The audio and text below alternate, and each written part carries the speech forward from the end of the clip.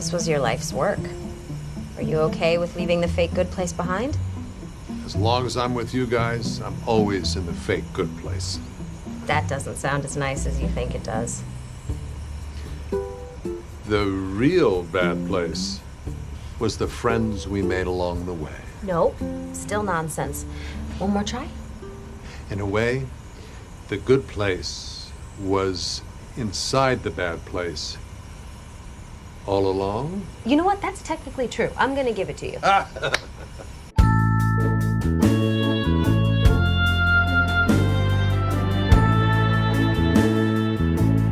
I've got good news and bad news for you, buddy. Where do you want to start? Give me the bad news first. Bad news. Okay. To do this podcast today, we both have to clear as being the best versions of ourselves and get onto this hot air balloon where we typically record our podcast every week. Bad news is my light on the scale is red as my ass cheek on the day I was born. Good news is that you're green as could be. You're green as a green apple Jolly Rancher to go get up on that magic balloon. Mm-hmm. What do we do here? We're at an impasse. Here's the thing. Yeah.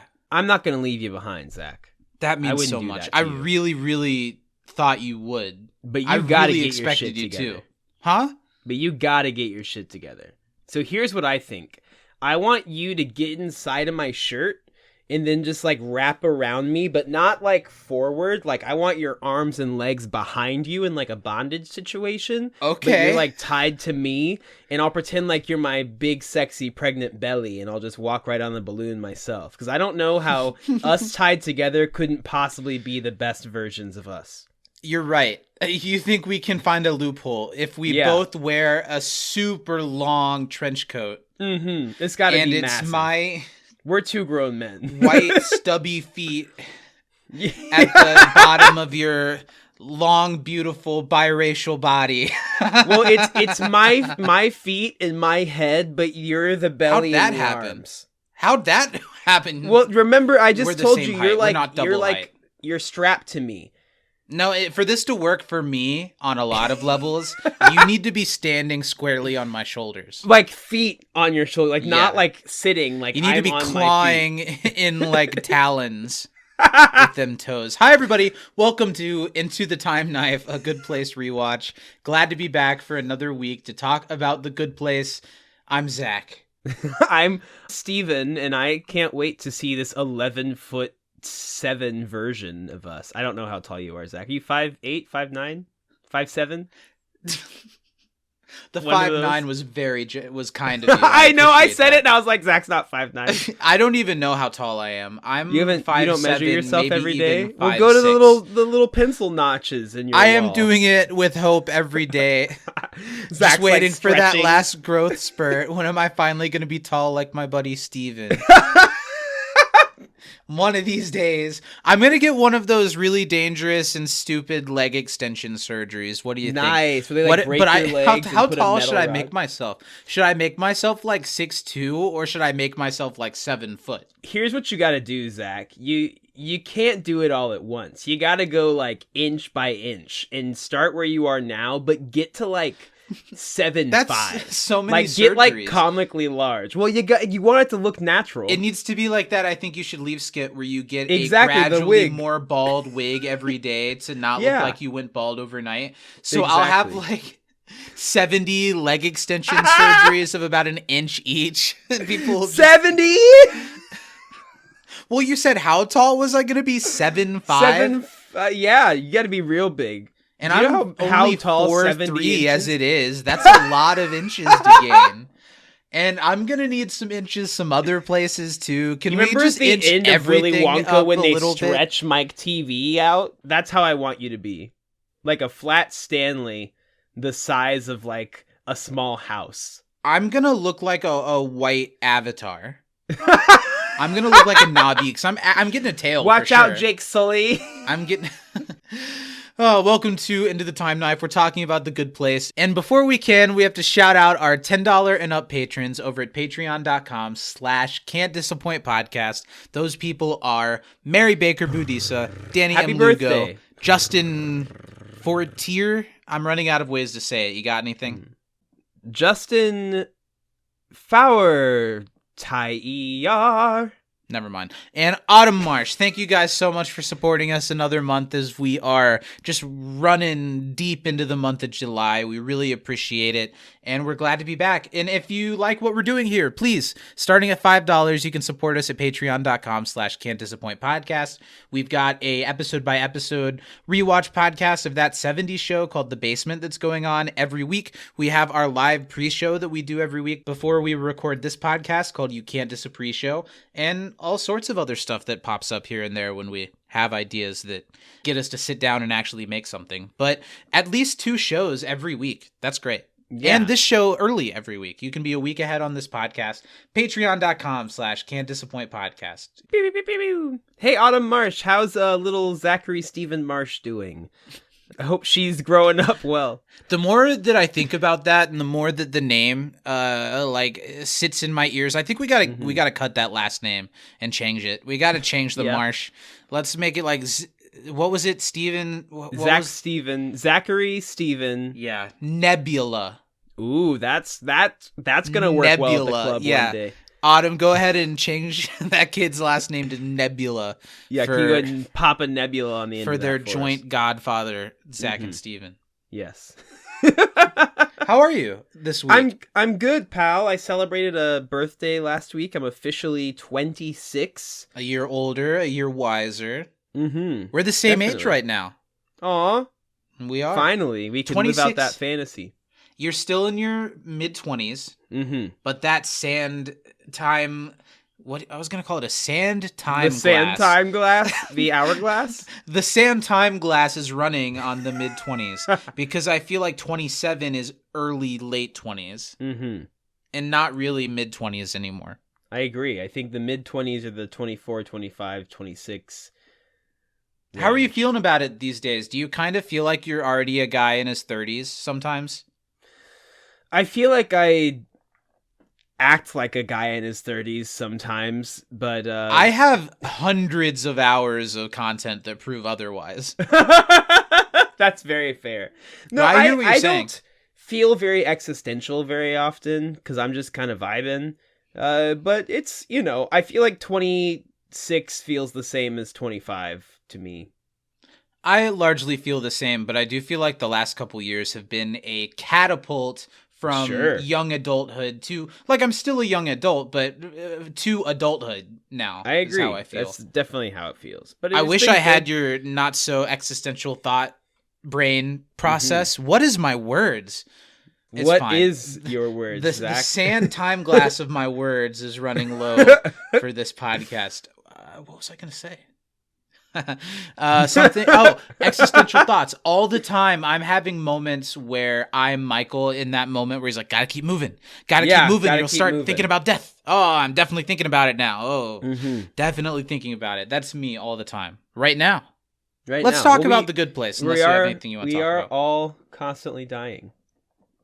Indiana Jones and the Dial of Destiny, speaking of we're all constantly dying, I saw it, didn't love it, didn't like it. I didn't hate it, but I kind of nothing it. Love Harrison Ford. Yeah. I think he should keep starring in movies. I love John Williams' score. I think he should keep... That was his last one, right? He said it was going to be, and then recently he said, I'm just going to keep doing it until I can't do it anymore. And I kind of love the hell out of that. I love the man's that too. 92 years old.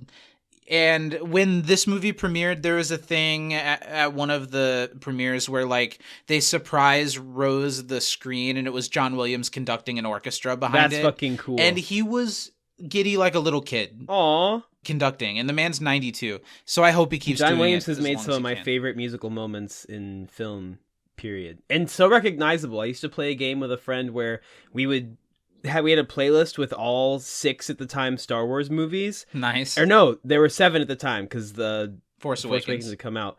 We would hit shuffle and we would see who could guess first the movie and the scene. Yeah, that's so. And lame. Like you can do it. That's so dumb. That's cool. I think that's cool. Clearly, I was not getting laid at the time. Thing.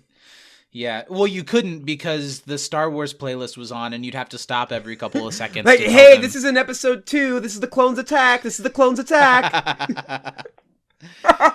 when John Williams passes away, I think it's going to be felt for a long time because I don't know. He and Steven Spielberg together built what the modern blockbuster is and what it sounds like, and they're both still doing it. And I think people are going to be trying to recapture that and recreate it, much like the Dial of Destiny tries and fails for a long time. I think people are going to be, I don't know. I think he's as important as any classical artist to the culture, to music as a whole. I think he just, wow. Yeah. And it's crazy because it's kind of like when you see in like sports or things like that, there's like a very clear greatest of all time in some sports, right? The person who's like, okay, this person has all the records, all the accolades, and number 2 isn't close. I feel that way about like film composition. Sure, you have your Giacchinos, your Danny Elfmans, and they're great, but like the gap between what they've achieved in recognizability and John Williams is steep. Well, it's those 1 in a million artists that everything that comes after it has like a connective thread to it somehow. So like even the best of the best of the best, and there are many best of the best composers working right now or still coming up right now. Yeah, with incredible things. Somehow, somewhere, they were influenced and inspired by John Williams. Yeah. And I don't think that's ever gonna stop, ever. No. And it's cool that he's making scores into his 90s, so like new people are being exposed to it that aren't watching movies from the 80s or 70s. Anyway, do you want to talk about anything else? I'm glad that we focused on a positive for a second, because I didn't love the new Indiana Jones movie, and I could say quite a bit about it. So I'm glad that we're kind of playing nice here. Yeah, look at the bright side. We're being our best selves today, Zach. That's true. Well, I'm still working on it, because remember, I had to pretend to be the fetus in your tummy to pass as a good person. Well, Zach, to me, you're the fetus in my tummy every day. We're here to talk about Season 2, Episode 10 of The Good Place. It's Chapter 23. The episode is called Best Self. This episode is directed by Julie Ann Robinson. Andrews? This is the only episode of The Good Place that she directed. But she's outside busy. of this show, Judy Andrews? She directed a ton of things. She directed including 5 episodes of Grey's Anatomy, 1 episode of Pushing Daisies, 5 episodes of Weeds, which I know is a show that you like. Weeds. 1 episode of Parks and Rec, 2 episodes of The Middle, and 2 episodes of Brooklyn Nine-Nine. The Middle's really good, too. It is a good show. It's a great family show. She's done an episode of Orange is the New Black, an episode of AP Bio, which I really like a lot. 1 episode of a show that recently, I loved this show. I guess not that recent. It was 2019 or 2020, called On Becoming a God in Central Florida with Kristen Dunst. That unfortunately was renewed for a 2nd season, and it's now never going to be made because of COVID. Because it was like it came out at the beginning of COVID, so production for it would have been the beginning of COVID, and it just never happened. Sad. It was a great show, and it kind of stood as a story in 1 season, so I recommend checking it out if you have access to it. I don't know where. And more recently, Julie directed 2 episodes of Bridgerton. Well, that tracks, being from the UK herself, Miss Dame Julie Andrews. Miss Dame, is that the proper way? Yes, Madam hello, Miss Dame Julie Andrews. Very nice to meet you. Cordial. I'm saying the right name, right? Julie Andrews is Dame, yeah, but I think when you say it, you're getting tripped up thinking of Dame Judi Dench. Yeah, and so, but Julie Andrews is also a dame, I believe. I don't know, but Julie Andrews is who you're thinking she is, yes. Yeah, big fan. This episode was written by Tyler Strassel. I'm not sure how to say this last name. Straessle. Strassel. This is the only episode of The Good Place that he wrote, but he was on the show for something like 20 episodes. And outside of this, he has the writing credit for writing the teleplay for 5 different Hallmark films. Oh, there we go. Mr. Was Holiday in Strassel. Handcuffs one of them? Are they the like holiday ones? No, that's actually, I believe, an ABC Family joint. Oh, fuck, you're right. I know. God damn it. That was a good one. Was it Melissa Joan Hart? Yeah, and Mario Lopez. I think that was actually, as a kid, my introduction to Mario Lopez. Nice. Because I was never really... I feel like there wasn't a lot of Saved by the Bell on TV for us.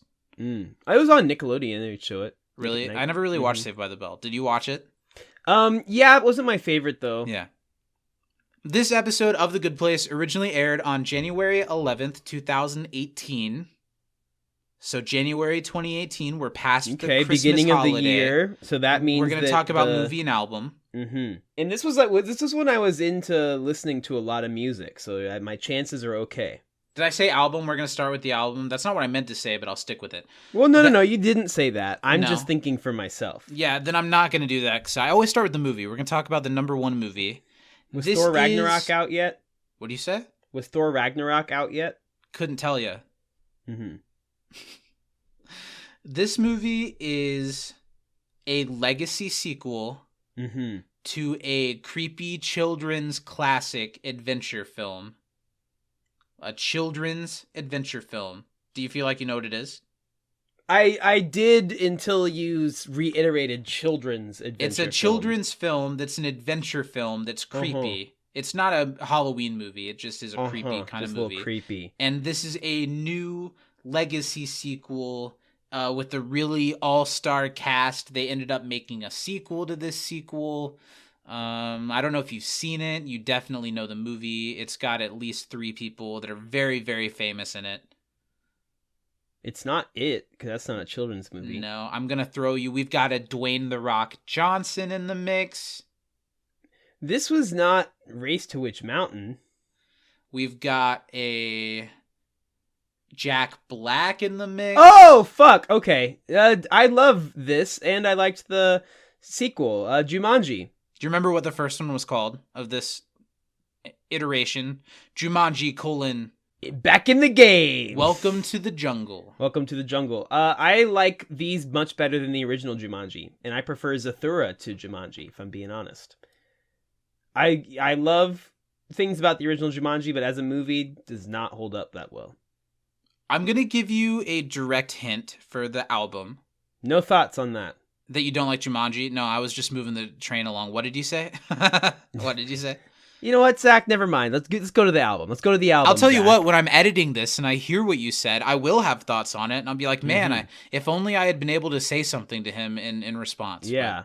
But we'll never know what that would have looked like. I don't like the original Jumanji as much as either of the remakes or Zathura. I can't really give an opinion because I haven't seen Jumanji since I was a kid. And I've never seen Zathura. Oh, Josh Hutcherson? Sure.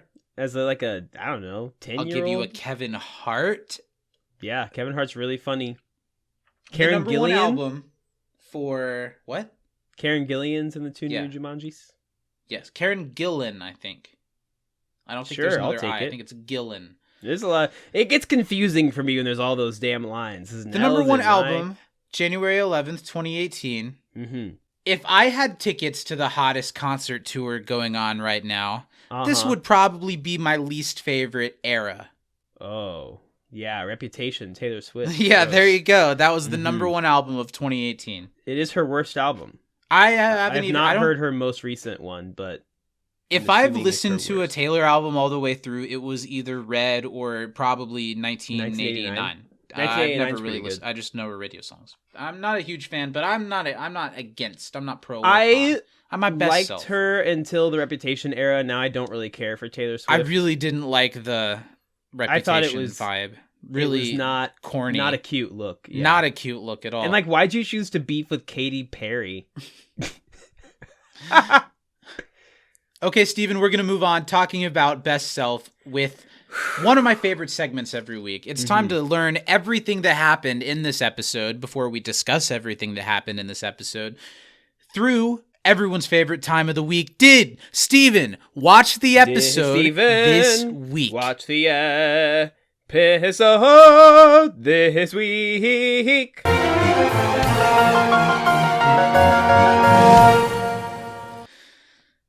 You've got 20 seconds on the clock. I didn't hate what you did. I just didn't have anything to say about it. You've got 20 seconds on the clock to explain to us what happened this week in the episode Best Self, and you will be harshly scored and graded based on your performance. How are you feeling at this hour? You know, I'm going to be honest with the world right now. I usually watch the episode by myself. Do you feel like that helps you focus on it? Well, it's just that I'm watching it at 3 a.m, so Danny's asleep. But I was like, hey, Danny, let's watch it together this time. Which was fine, as she wasn't really distracting me or anything. But that means I watched it earlier than this. And for this show, it's been at least 12 hours since I've seen the episode. So we'll see. We'll see, Zach. I really don't know how I'm going to do today. I think I know the episode well. I think that there's not a ton of things that happen. 12 hours is not a long time to have that much loss of retention. Well, when it's normally like 4. Sure. I remember 12 hours ago just fine. Maybe there's a bigger problem here that we didn't know about. You've got 20 seconds on the clock. I'm going to count it down. If you're ready, you know what? I'm ready. Okay, let's do this. 3, 2, 1, go. The gang slipped out of Sean's clutches temporarily, but their time is limited, so they've got to find a way to the good place. Michael says, I'll make a device. Fine. He makes a magical balloon that tells them whether they are their best selves or not, because you have to get to the good place. Through different series of events, Chidi and Eleanor both fail the test, and Tahani fails, and they find out Michael was lying. It's not real. He doesn't know how to get there. You got half of the episode. I got half the episode. Half of the episode. Right in the middle. Wasted way too much time on setting up the idea of the balloon. Mm-hmm. You could have just been like, there's a balloon and you got to do this. I don't know. Yeah. That was not great, and I feel like you didn't do that well either last week. What happened over our break, buddy? You were doing well before, I think. I really was. What happened? I'm slipping. I got to shake off the rust. I got to shake Are you off here the rust. with me? I need you here with me, Steven. Are you here with me? Zach, don't do this right now. Don't do this right now. Because that was another... Don't do this right now. I don't even know. That was the Indiana Jones and the Dial of Destiny of did Steven watch the episode this week? Yeah. I'm going to give that like a C. Okay, that's fair. Almost I didn't get C any of minus. the emotional stuff. All I got was the setup. Yeah. Mm-hmm. Yeah, Not my it's best. Really almost a C minus, but I said C, so I'll stick to it. Let's move past it. Let's do some trivia. I've got like 7 questions for you this week. I think I've got 9 for you. Okay, buddy. then go ahead. What part of Optimus Prime does Jason want to ride in? That was my first question. The right nipple, the shotgun of Optimus Prime. Go ahead and give me another one then. How many heads did Michael's childhood pet have? 10. Mm-hmm. Okay. According to Chidi, how often do our bodies change? Every day. Nope. Twice. Puberty. I don't know. What's this? Every 7 years. It's in when he's like ranting to Tahani and Eleanor after he's denied the first time. Mm-hmm. I see. My turn again, huh? Mm-hmm. What is ultimate shotgun?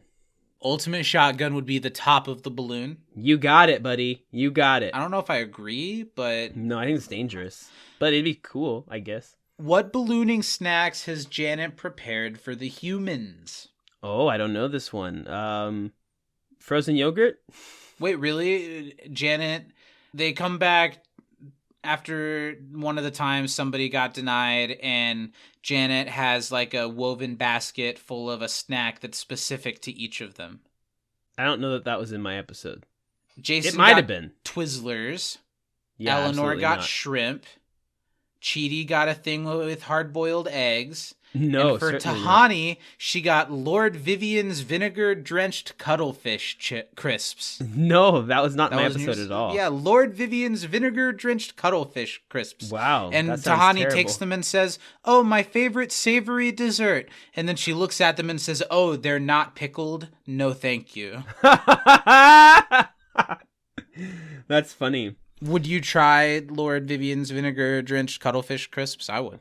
Probably, yeah. What's on Chidi's frozen yogurt? Oh, damn. I was too busy paying attention to how none of them were actually eating any of it because it's mashed potatoes. So I don't know. It's funny. I don't know. It was almonds and like a chocolate bark, but I thought it was funny there were almonds on there. Because, you know, the film. He likes the film when it's milkified. What was Eleanor's yearbook quote? That was my next question. Was it "You're not better than me"? Yeah, you're not Nice. better than me. That's a good one. Mm-hmm. Give me another one. Give me another. What's the name of the band Jason wants to start with Michael? Los Lonely Boys. The Rock and Roll Buddies. That's cute. I don't know if that was in my episode. It might have been. That's cute. It has been a whole 12 hours. Yeah. Who knows? What shape is love? It's a 5-dimensional blob. You got it. How many plans to get into the good place has Michael tried? I think I have that question too. Was it 1,012,000,012? Yes. Good job. Nice. Where was Jason's mom a manager? At a pet store. You got it. And Jason robbed the pet store. And she helped him. But then it was all a dream. What comes in the human starter kit? Oh, there's like some keys for him to lose. Uh-huh. There's like a banana in there. But what are the things that he mentions? Yeah, there was some stuff. You don't remember any of it. You remember the car keys. Remember the car keys. There's That was the first Band-Aids one. for your stupid fragile bodies. Remember the Band-Aids. Well, here's what happened. He said, there's Band-Aids for your stupid fragile bodies. Then Danny was like, oh, I need a Band-Aid. And she went up to go and get a Band-Aid. And then I don't remember what he said. A stress ball with a dumb corporate logo that you're going to find every once in a while and be like, oh, There's I'm going to throw this out. You're like, oh, I'm going to use this. Remember it? Do you remember? And the last one it's coming back to you a little bit. Was a Dr. Oz diet book. Yep. That's the one. That's my trivia. I've got one more for you. What was the last thing deleted from the neighborhood, from the good place? A ladybug. A ladybug. I remember. Mm-hmm. Nice. Good one. Nice. Yeah, that's trivia. You did really well. Let's talk about this episode. I mentioned before we started recording, and I'll just, I guess, explain. There was a moment in this episode as we were watching it that I thought I was going to be miffed because I was expecting it to go the route of Michael is messing with them for fun again. And I think it's really smart that he's not doing that. He's using his skills at doing that to stall while he tries to figure out what the hell they're actually doing. So there's still deceit in it like everything Michael does, but it wasn't just oh shucks, I have fun doing it. I thought we were too far past that point with his growth as a character to do that again. And that's not what they did. So I ended up walking away from this episode really enjoying it, especially as it gets to the end and we realize how this episode's a goodbye to the setting that we've spent so much time so far in this show. Like every episode we've spent in this neighborhood and we've really gotten to know it, and it's become a really iconic television setting over the course of these 2 seasons. And as far as we know, now it's non-existent. It's all faded away. And I think as the episode gets further into it and becomes more about that and it gives some big character moments and beats, I think it becomes a really successful episode. Yeah, I do too. It's kind of like not a stopping point, but like you said, it's the end of an era. It's the transition from, okay, this show was one thing, then it was another thing, now it's something else. And I think that this kind of low key signifies the start of that new what this show is, and I think that it kind of opens up the bigger than the world, the universe that this show exists within, and I think is going to start to just expand and really show how massive some of the ideas that they go for in this show are, and I'm really excited for that. I'm really excited for kind of what this episode just means and the growth that it signifies in some of the characters. I think it's a really cool milestone moment for pretty much everybody in the main group. Everybody. Yeah. We talk a lot about watching this show together in a way as it first aired and always talking to each other about the episode and being like, oh my God, what are they going to do next? I remember that specifically this episode was one of those very biggest times where we were like, they destroyed the setting of the show. Yeah. What are they going to do for seasons?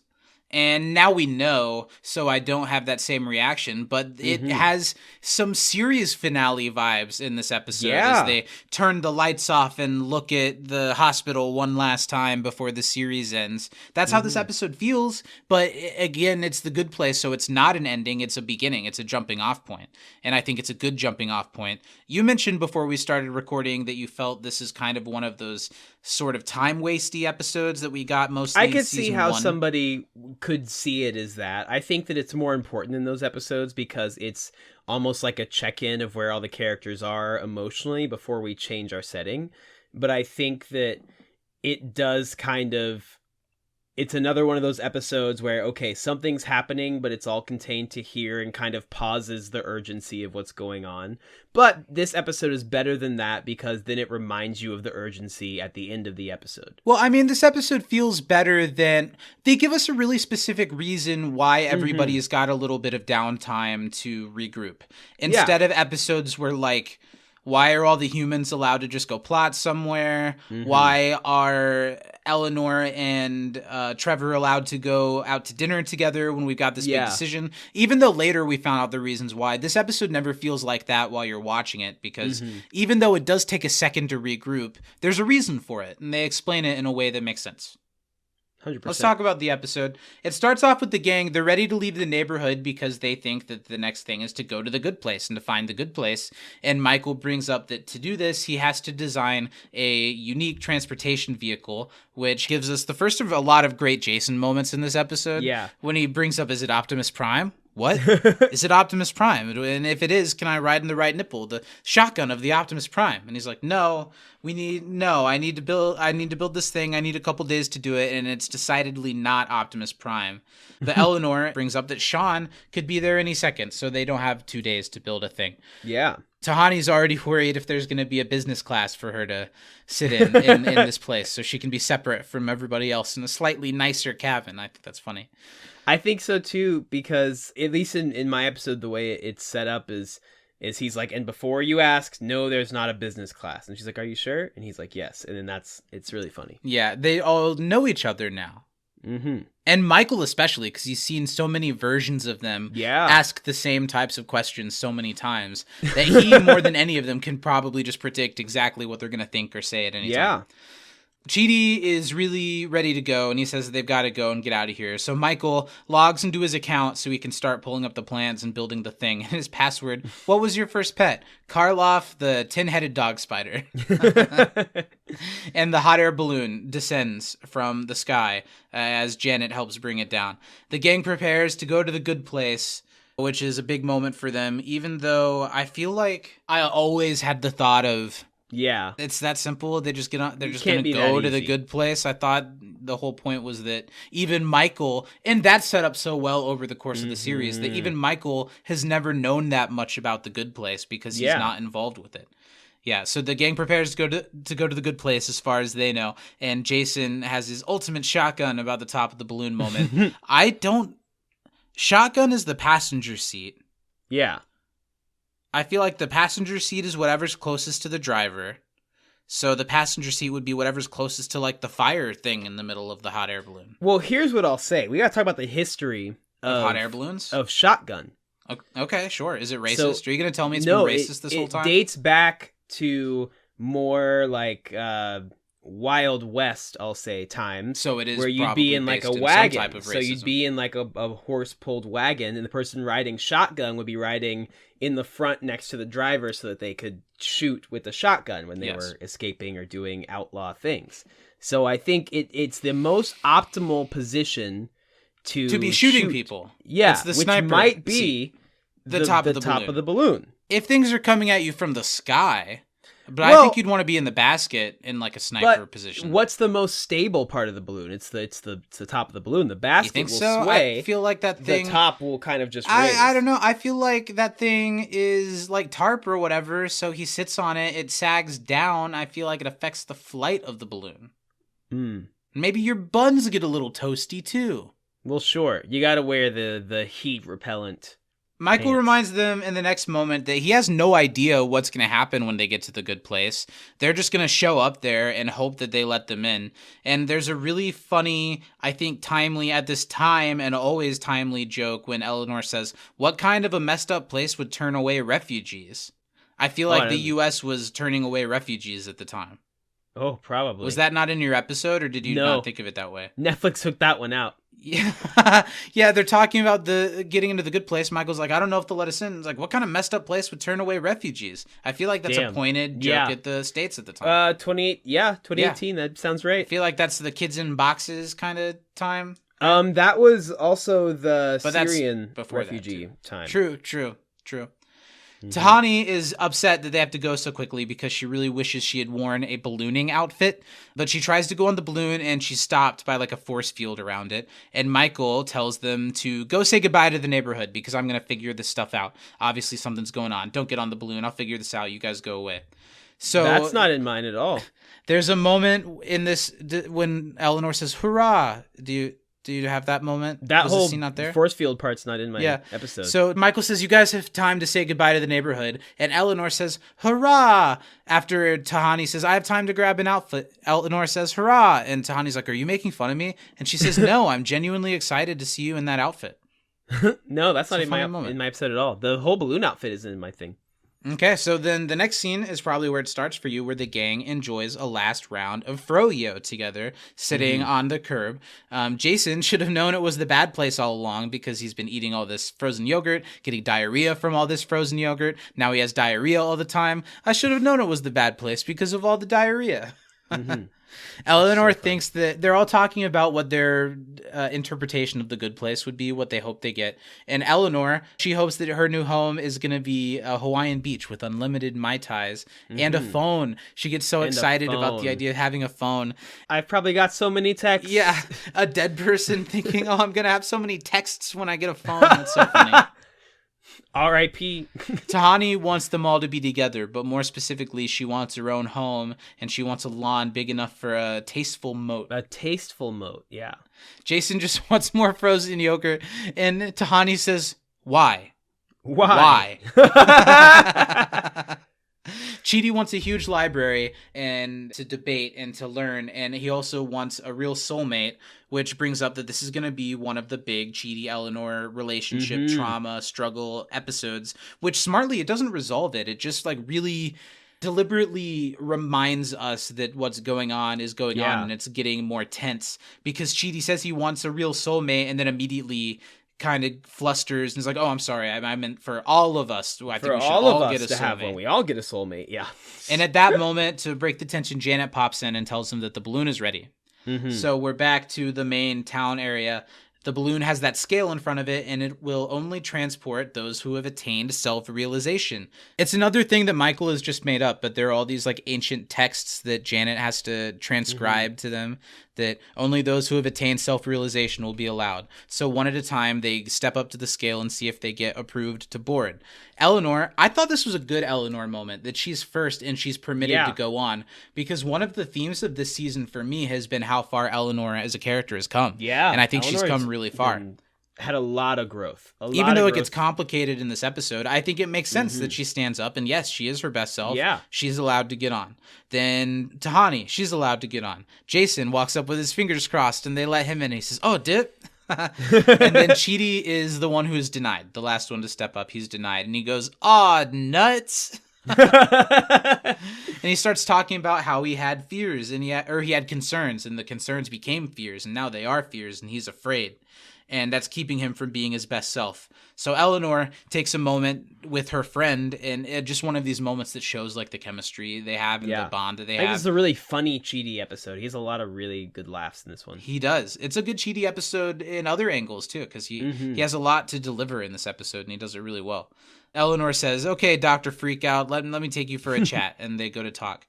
So Chidi spills out his guts, his anxiety, and all of the things that he's thinking about right now in this situation, and talks a lot about how he's concerned that there's been so many reboots and maybe another Chidi was the best Chidi. And how do I know that this version is the best version of myself? How do I know it's not version number 85 or 322 or 558? Or 69 or 420. Yeah, and then you get into the whole idea of...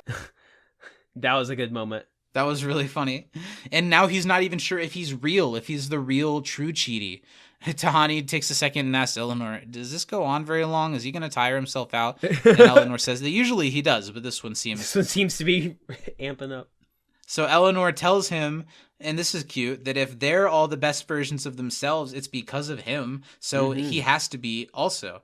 Let's go get you back on that scale, Dorcas, she says, and takes him back. This is the scene where Janet provides them all with snacks, and Tahani turns down her non-pickled favorite savory dessert. So it's time to try and board again. Chidi is permitted. Was this whole scene not... well, this must have been there. Them getting on the balloon, yes, but the snacks I don't think was in it. Chidi is permitted on, Tahani and Jason are allowed, and then at last, Eleanor isn't this time, and she says, Chidi got in my head. Was that in yours? Yeah. Right? So Eleanor thinks she can fix it. She knows why, and she returns a necklace that she stole from Tahani. That was funny. I stole this from your house. She's still denied. Come on, Scale, be cool. So Michael suggests they take some time. He's just trying to stall. But Eleanor says she knows why this is happening. She thinks that the other version of herself, specifically the one that made a sex tape with Chidi, is the best Eleanor, and that she's a lesser version of it that's holding stuff in. And I like the way she says it hurts me a lot to say this, but I don't think I'm the best version of myself. And she asked Michael to give them more context about the universe or the reboot where their relationship grew like that. And I thought it was cute how the reason Chidi fell for her was because she knew when he was about to need a Kleenex before he sneezed. And I think that that's so cute, and I think that it's so easy to visualize everything they say. Them walking along the lake and having their first kiss and like all these things. Like I can visualize that entire run through. Well, a worse show would have shown us that. And we get everything we need from Michael explaining what happened that one time and just getting the glimpses of it that happened to be captured on video. Yeah, and I think that it's great that we get to see their reactions to him saying that versus us seeing that happen. What do you think about Michael's take on kissing? And you had your first kiss. Which, gross? Kissing is gross. You just mash your food holes together. It's not for that. Anyway. I think it's really funny. I think that's Kissing not what is those are for. Gross. You just mash your food holes together. It's not for that. I think that's really funny. It's a really funny delivery, and it is one of those things that at the core, there is some truth to it. Obviously, kissing is fun, and I'm not going to stop kissing, but a lot of those body-on-body contact type activities, if you get down to the thought of it when you're not doing it, you're like, weird. that's kind of gross, because bodies are gross, and mouths are gross, and you just mash your food holes together. It's not for that. It's not for that. Tahani suggests that those who are approved go to the good place, and maybe later they'll send back the magic balloon advanced? for the red lights later on. But she's denied, of course, right after she says that. And I like the way that she says, oh, the thing thinks I'm Eleanor. And she walks up to it and says, it is I, Tahani. And still denied. That was very funny. Jason also is coming to some terms that he knows he isn't his best self because he's dodging his relationship issues with Tahani and with Janet. And this is the moment where he says the band that he wants to start with Michael, the Rock and Roll Buddies. I wanted to ask Michael to join a band with me. And Michael's like, actually, you did tell me about that. And I said, no, I'm not interested. Was that not in your episode? That might have been. I don't remember it, but there's a chance. It's been 12 hours, Zach. Then Janet knows that she's the best version of herself because she has the most up-to-date OS, UI. operating system. UI, what does that stand for? I said the wrong thing. You were right. Its user interface is UI. But Should be OS. Eleanor questions whether or not she is her best self because she is also dodging her baggage with Jason and with Tahani. She's dodging her love. What spurs the 5-dimensional blob line? What does Eleanor say? You're in a love triangle. Love triangle. She's like, love's not a triangle. It's actually a 5-dimensional blob, so... Eleanor tells her to step on the scale, and I love the effects when she does that. It just goes weird and it's kind of like a divide by and, zero thing. It's like, yeah, I don't know what to do. That's a great way to explain it. It's like a calculator that can't calculate whatever you typed into it. And when it goes haywire, Tahani says, "My beautiful balloon scale," and someone goes, "It's not yours." Not yours. Michael is bubbling up with his feelings, and the more that I sit on this episode, I think they waste the perfect amount of time on the scale thing. Yeah. And as soon as it's like, all right, dump it, this isn't working, Michael explains, and we move on to the second half of the episode. And he comes clean pretty, like, he's like, okay, listen, guys, this isn't... I think if this were the whole episode and then they tried to make a cliffhanger out of Michael saying, this is what's really going on, I don't know how to get to the good place, that would have been a time-wasted episode. That would have been a super time-wasty. But I think that they do the bit and get out pretty quick. It works really well. So Michael is feeling all these human feelings. Humans feel so many feelings. He's beginning to feel, what do you call it? After sad. That was really funny. And he comes out with the truth. He also says the only feelings humans should have are anger and confusion. Which holds pretty true in this episode. But you gotta have some happy. You gotta have the happy. I don't know, is hungry an emotion? Hunger is a state of being. Horny an emotion? It's also a state of being. Isn't anger a state of being? No, it's an emotion. Okay, I get it now. I'll be here all week. So you only need anger and confusion. He tells them that the balloon thing was just a time waster because he doesn't know how to get into the good place. Kind of a corny line here when Eleanor says, Michael's right. I'm angry and confused. It was a little sitcom-y, but I mean, this is a sitcom. Michael's plan has been a lie this whole time. Not just the balloon, but this whole time he's been saying he has an idea of how to get them to the good place. He's been telling them that he's got a plan while he's tried to figure out how they're going to get in. He's tried so many plans. He's tried 1,012 plans, but the only way to get into the good place that he knows is by being a good person when you are on Earth. But Michael feels truly bad now because he's learned all this stuff about ethics as he was lying to them and learning how bad what he was doing was, being stuck in it. It's really bad for a demon. A funny interaction between him and Chidi when Chidi says, how did you know I doubt myself and turn the scale red? And Michael's like, yeah, I'm a puppet master. It's pretty easy. I've done this before. I know what I'm doing. It wasn't hard. Well, but it isn't torture. He's just using his torture skills to do this. That's funny. He wanted them to live in the neighborhood forever at a point, but now that's not an option because they're going to have to tear it down. So Jason asks what's going to happen next, and he says that eventually Sean will find them and find out that someone was helping them, and they'll go to the bad place, and he'll be retired. And he stops to say, Eleanor, you're mad at me. And Eleanor's not mad. She's just disappointed. Does anyone ever drop that on you? Worse? Did your mom ever drop a, I'm not mad, I'm just disappointed? That always means they're mad. Yeah. It hurts more, though. Yeah, but I don't think it does anymore. I think it's gone back to the other side. If that's just the thing people say, I don't care. Or maybe I just don't Maybe feel. You just don't give a shit. Yeah, I don't think I feel. That's just you, Zach. Yeah. Maybe when you go to check out your 12-hour thing, maybe I'll check out like why I don't have any empathy or... There we go. Yeah. Yeah. Look into that. Tahani claims that they're out of options, but Eleanor suggests the Shellstrop classic move, which is to ignore the problem and drink heavily. Hey, there you go. This is the period of the episode that I remember the most, I think. So I remembered the hot air balloon and all that, but I really remembered this episode being sweet and sad in a sweet way, and a real moment of showing how far this crew has come as a team just this season. They're having this nighttime party, and Tahani and Jason start this off by having a little talk about their situation. Jason really wanted to pop the balloon, but Michael told him no, and then he asked if he could take the helium from the balloon to make his voice silly and make everyone feel better. Michael didn't say anything, so he thinks just that's sighed still and on the walked away. table. Yeah. Tahani wants them to stop seeing each other. She doesn't really even bring up Janet here. It's because she's always used to getting what she needs out of other people and not looking for it for herself.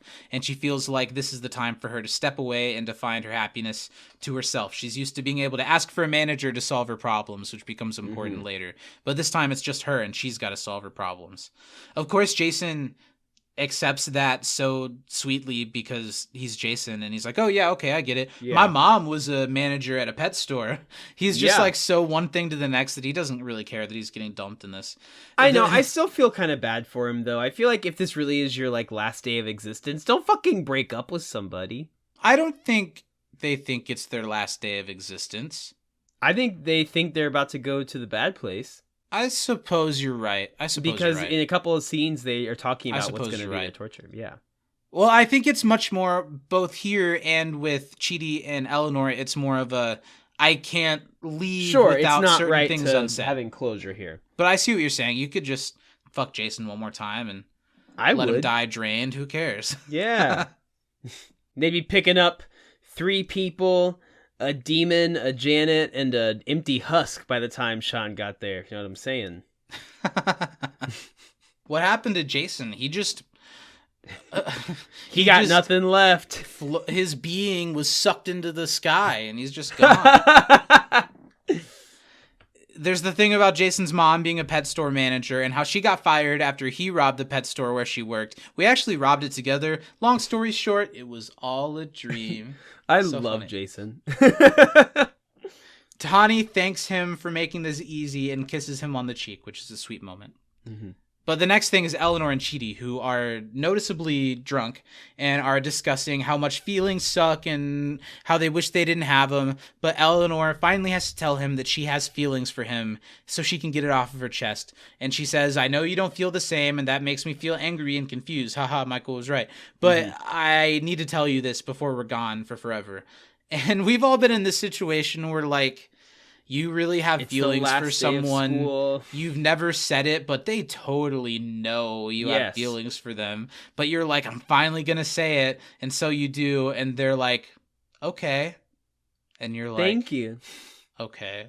That's really sweet. That's not exactly what happens here, but it made me think of moments like that. Oh yeah. There are some traumatic formative moments in at least my life where that was the case. Eleanor tries to stop Chidi from saying anything, but he compares what it's like in his brain to being like a fork in the garbage disposal, which I thought was a funny comparison. And that he'll never be able to separate like why they know each other and how they were brought together from if he has feelings or attraction to her or not.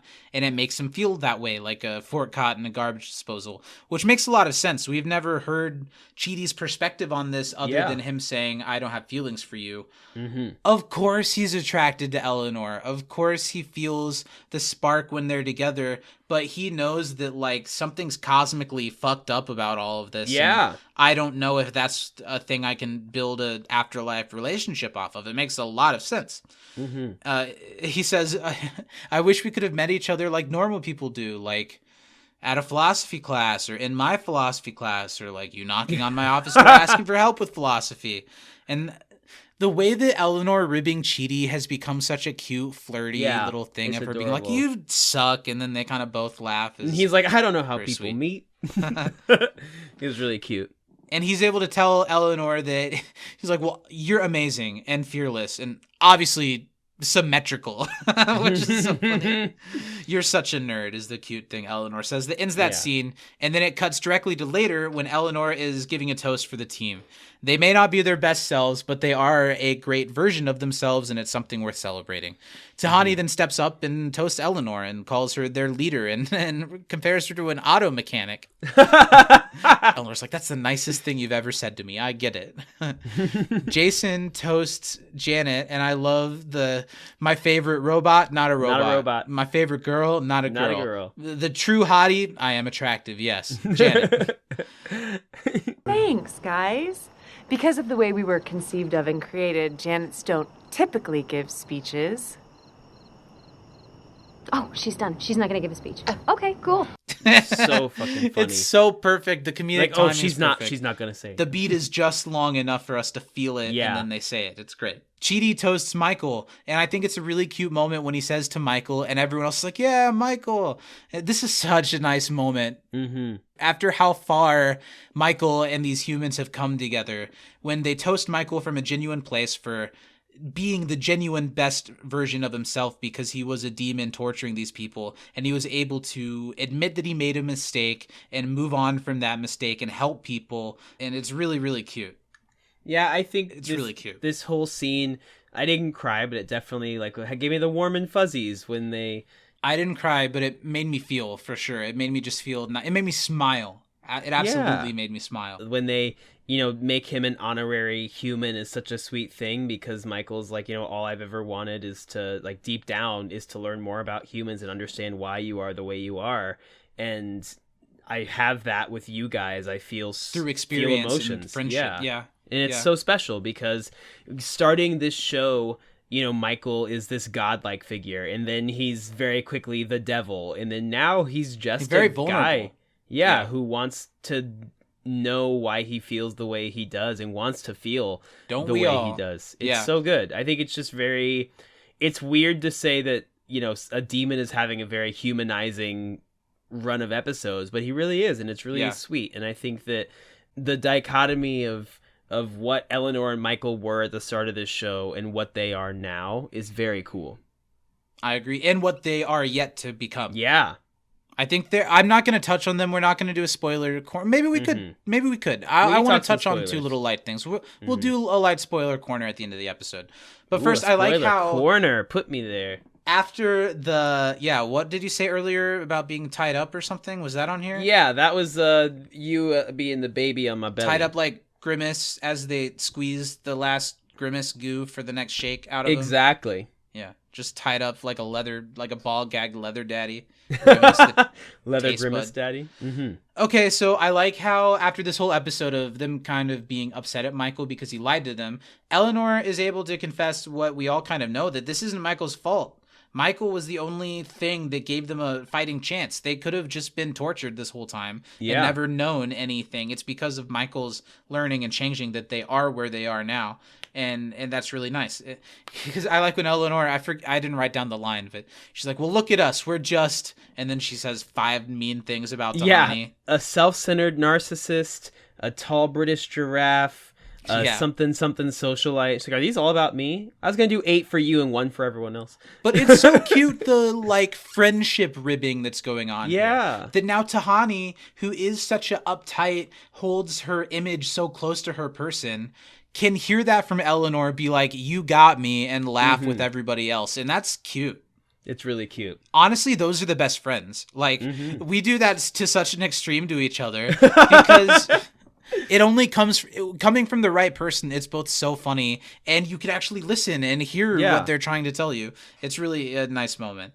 So after that, they name Michael an honorary human and present him with a human starter kit.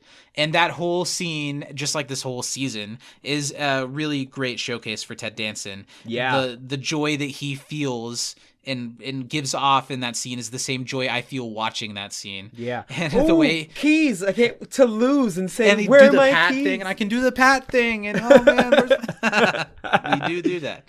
And then this is all garbage I have no use for. It's perfect. I love it. It's so sweet.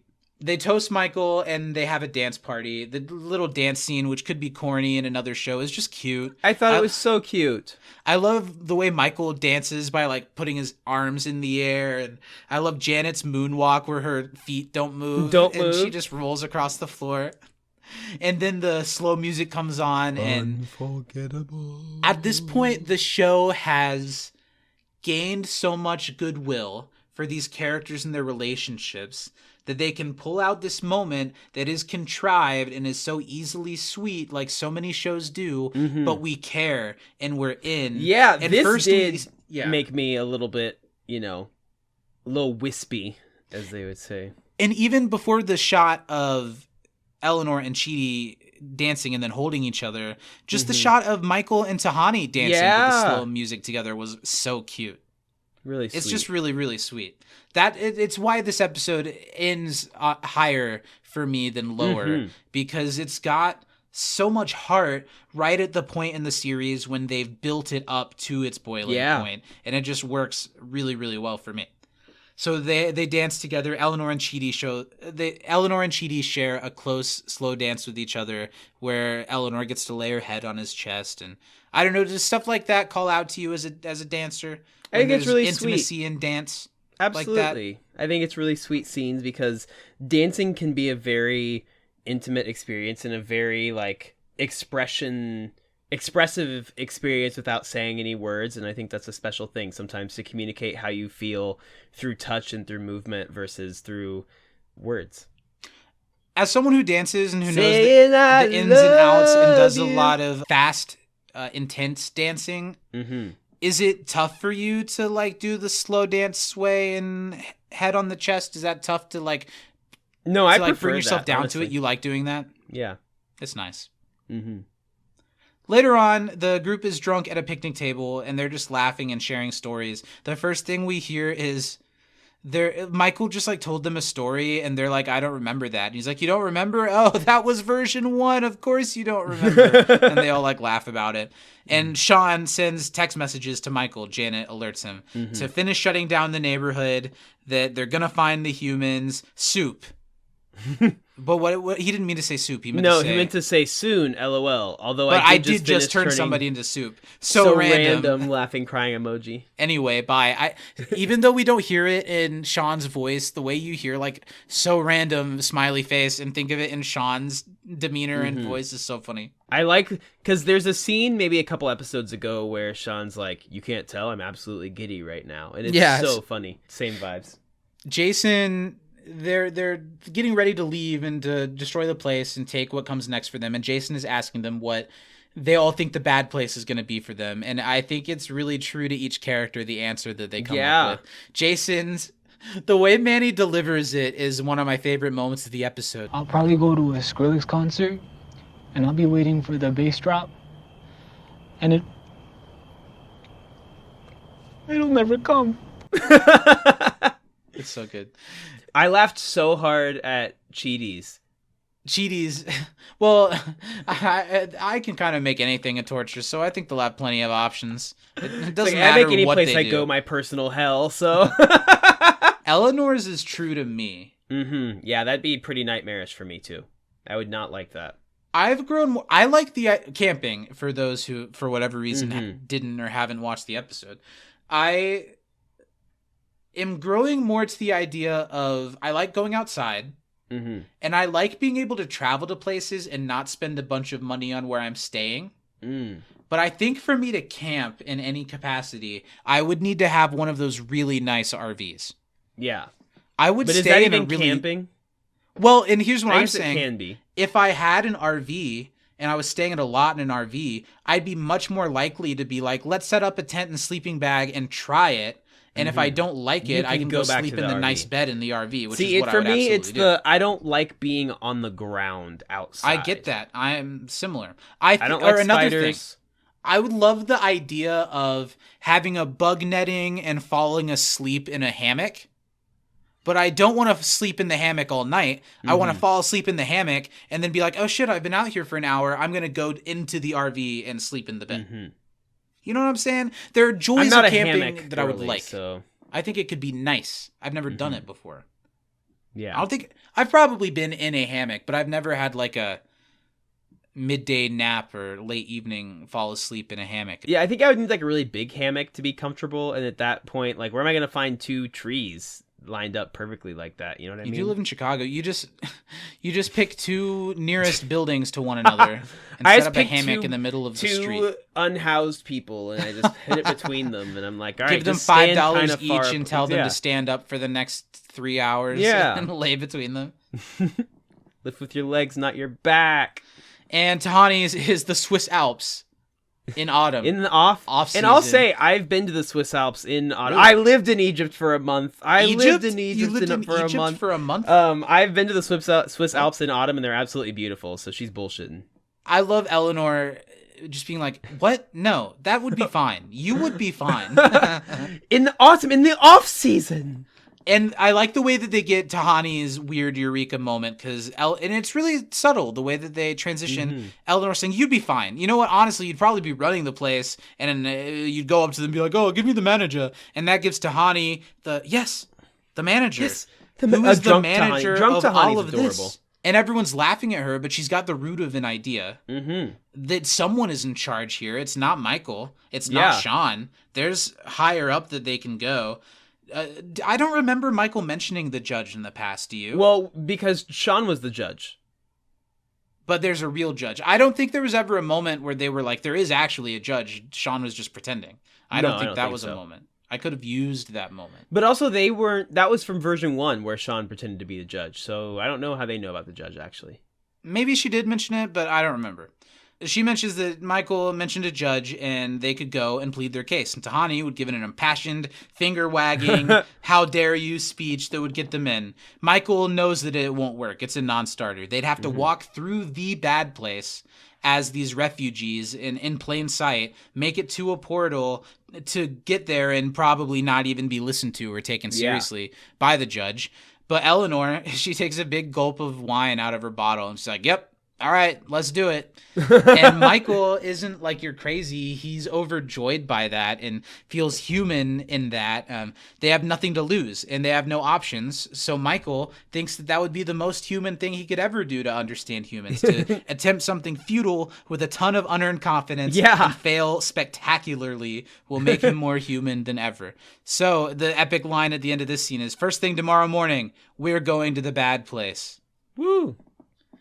Almost the end of the episode, but first we get a nice little moment of Chidi and Eleanor saying goodbye to Eleanor's house, where we've spent so much time so far in the show. It was very Goodnight Moon. Well, I like how it's the exterior of the house, and you hear Chidi's voice saying, well, we've been through a lot here. It's going to be hard without you. I'll see you next time. And then it cuts inside, and he's talking to the chalkboard, that he's been teaching people with. I thought was a really funny bit. Chidi says that, and Eleanor, meanwhile, is saying goodbye to the clowns and the architecture she was too trashy to appreciate. And then Bad Janet outside of the train station shows up with a train for Michael. Michael, as she's going on about him being a fat dink and putting stuff in your butt and all that stuff, marbleizes her so they can take the train and go to the bad place to get to the portal, to get to the judge. I love Bad Janet. Yeah? In what way? Every way. You think maybe you could fix her if you got the chance? I wouldn't want to. Yeah. Mm-hmm. You'd want her to fix you. Sure, she do whatever she wants. You want her to call you a fat dink? It's so bad. Okay. It's like the equivalent of people going up to Aaron Paul and being like, call me a bitch. Like, I need Darcy Carden to call me a fat dink. Huh. Mm-hmm. Okay. If we ever get her on the show, you'll have to ask her. I will. Yikes. I don't think we will get her on the show. Hey, then. Darcy, we're Probably so not. happy to talk to you. Call me a fat dink right now. Now say it slower. It's like that episode of Nathan For You where he makes the girl say I love you over and over again. Yes. Again. Oh. Again. We should do a Nathan For You podcast. Such a good show. I love that show. Mm-hmm. Someone asked Michael if he's okay with leaving the fake good place because he built this and this was his life's goal and plan and work, but he's fine because he's with his friends. And we get 3 takes on Michael trying to give the end of episode quippy quote that sends them all into the next stage. So first he says, the real bad place. No, and I forget The what real first bad one is. place was he says the bad place was, I don't remember the first one. The second one is the real bad place was the friends we made along the way. Mm-hmm. And then the third one is, in a way, the good place was inside the bad place all along. The way he says that one is really And she's like, funny. I guess that's We'll give it technically to you. right. Yeah. Guys, I just made an aphorism. So Michael has Janet hit it. They hit the train, and they're off to the bad place as we watch the neighborhood degenerate, as we watch it pixel by pixel leave until the I screen like is the black. effects for this. I do too. I like how first you see the shot of them looking through the window, and in the reflection of the window, you can see it disappearing. Yeah. And then we get the full-on shot as it continues to disappear. I like the water draining. Yes, until it's left with just the ladybug who flies towards us and dissolves. Yeah, It's a really I like cool that. way to end this episode. In a literal, the world is destroyed. What are they going to Yeah. do next? I'm so excited. The next episode's a really good one as the gang does make it to the bad place and tries to hide from being caught. That'll be next week as we talk about Rhonda, Diane or Trent. Diana? Diana. Rhonda, Diana, Jake, and Trent. That'll Mm-hmm. be next week's episode. But that's the end of this episode, and I think this is one of those episodes that I like just as much, if not a little bit more, after having talked through it. What do you think? Yeah, I think I like it a little bit more after talking through it, just because it's just so much heart, and I think getting to really think about that and think about what this means to all the characters, it's a really special episode, I think, because a lot of shows, this would probably be a season finale, and this is not. It's like a mid-season finale 2 episodes after the last mid-season finale. Yeah, Yeah. and it's great, and it Yeah. has just as much payoff. This show's so good, Zach. So It's great. So good. The season is incredible. And I've been having a lot of fun talking about it. In this episode that we've left pretty high on, good place, bad place. Who's going to the bad place this week? Okay, so this is... I like everyone this week in the episode. Yeah. But I was between 2 people for the bad place. My Okay. honorable mention goes to Michael for lying to the group initially, but I think Michael sees the error in his ways, and it wasn't coming from a malicious place. It was coming from a place of I need to stall so I can not be a liar to them. Yes. But I went with Tahani Okay. because I think that saying that they're going to leave whoever doesn't make it That's through pretty is bad. pretty bad. That's pretty fucking bad. You've convinced me. That's the big reason. I think that the breaking up with Jason isn't terrible, but the timing wasn't great. And she is, I think even though she ends up being the idea that they're going to go to the bad place, the Karen of it all is a little less than ideal. But Tahani is a really funny episode, but her Yeah. behavior wasn't great. I like seeing her being able to laugh at herself a little bit and to Mm-hmm. take in stride the quips that people throw at her. But I'm with you. I was thinking about giving it to Michael, but the second half of the episode is so strong in his Yeah. favor that I have to give it to Tahani just for I don't know, more than any of them, she seems to be able to learn lessons and then just unlearn them or not really move past them and in certain areas all Yeah. the time. She's the one that still needs the most work, to the point where I feel like there should have been more moments in this episode where she's denied the balloon. I think she should have been denied in the beginning too. Yeah, agreed. Tahani for me. What about The Good Place? Good Place for me this week. I think that if I were giving like an MVP for the episode, it would probably be Chidi, because I love. I think he's Good so Chidi funny. episode. He has a lot to do. But in terms of like good place points, I think Eleanor just demonstrates so much growth this week. It's been her season of like, she's kind of gotten her shit together a little bit. And it continues to be. Yeah, and continues to be. So I think Eleanor this week gets my good place, but a great Chidi episode. Yeah, I'm feeling like a broken record. I don't know how many episodes I've given to Eleanor this season, but the character arc for her from season 1 to season 2, she's always been likable, and she still keeps the same. And she's not done, and that's like, it's great. And she hasn't lost any of the things that once made her a bad person. She still has that sense of humor. She still has that sly troublemaker. She's so charming. But she has come so far, and this episode shows that. It makes it very clear, as it has been all season, that she is deserving her spot in The Good Place if they make it there. So I'm going to give it to Eleanor. I think for sure there's no way that by the end of the season I didn't give like half of the episodes I'm to her sure or at something. least I've given half to Eleanor. Good episode.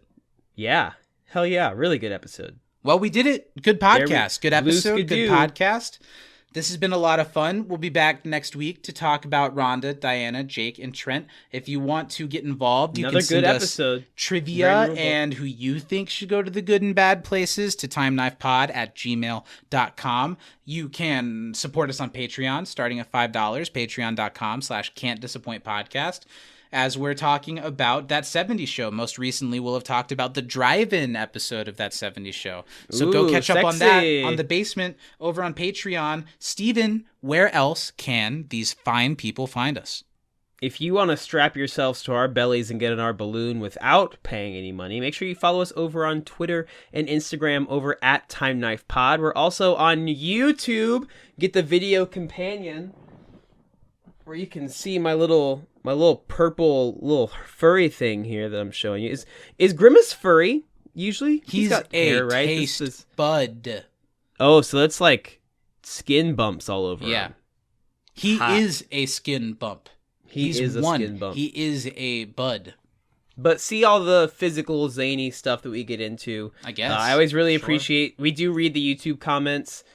And I really appreciate our following wherever you listen and however you consume this podcast. We love you, and we really appreciate you listening because, we couldn't do all the fun things that we do here inside of the Time Knife without you. So YouTube is a good way, maybe the best way for you to listen to the podcast and immediately, because all the time I'll listen to podcasts and think something off of what they're saying or like disagree with what they're saying, and YouTube's the best way to just type a comment, tell us as you're in that part of the episode. So especially with like the timestamp feature on YouTube being vastly improved what it was a few years ago. Really good. So if you have some thoughts as you're watching the episode or listening, YouTube is the place to do that.